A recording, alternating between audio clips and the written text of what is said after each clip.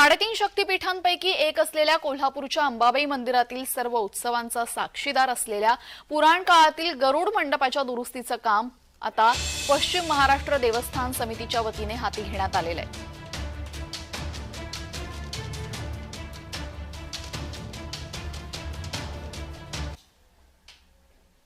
तर कशा पद्धतीने हा गरुड मंडप करण्यात येणार आहे या संदर्भात आमच्या प्रतिनिधींनी बातचीत केलेली आहे। याविषयी देवस्थानच्या समितीचे सचिव शिवराज नायकवाडी यांच्याशी बातचीत केली आहे। आमचे प्रतिनिधी अमरसिंह पाटील यांनी पाहूयात।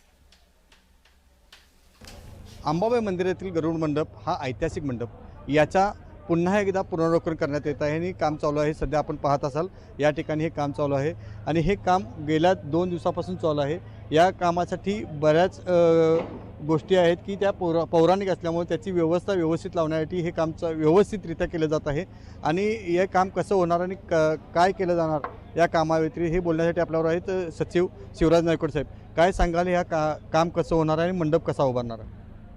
गरुड मंडप हा मंदिराच्या सर्व धार्मिक कार्यामध्ये आणि भाविकांच्या मानसिक ह्याच्यामध्ये हा इतका रुजून बसलेला आहे की गरुड मंडपाशिवाय देवीचे कोणतेही धार्मिक कार्य पूर्ण होत नाही। गेल्या वर्षी आपण नवरात्रोत्सव त्या पूर्ण कामामुळे घेऊ शकलो नव्हतं गरुड मंडपात, पण ह्यावेळी आपण असं नियोजन केले की आज हे जो काम उतरून पूर्ण होतोय हा वरचा लाकडी भाग पूर्ण उतरल्यावर सदर आणि जो चौथरा आहे हा आपण त्या कामासाठी आहे तसाच वापरणार आहे आणि त्याच्यावर गरुड मंडपाला साजेसा असाच मंडप घातला जाणार आहे।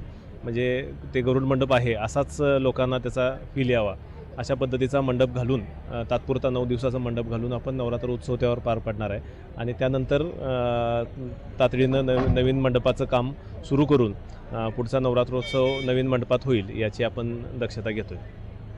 हा लवकरात लवकर गरुड मंडप चांगल्या सुस्थितीत होईल आणि पूर्वीप्रमाणेच उभा राहील असंच त्यांनी आश्वासन दिलं आहे। अमरसिंह पाटील, जय महाराष्ट्र, कोल्हापूर।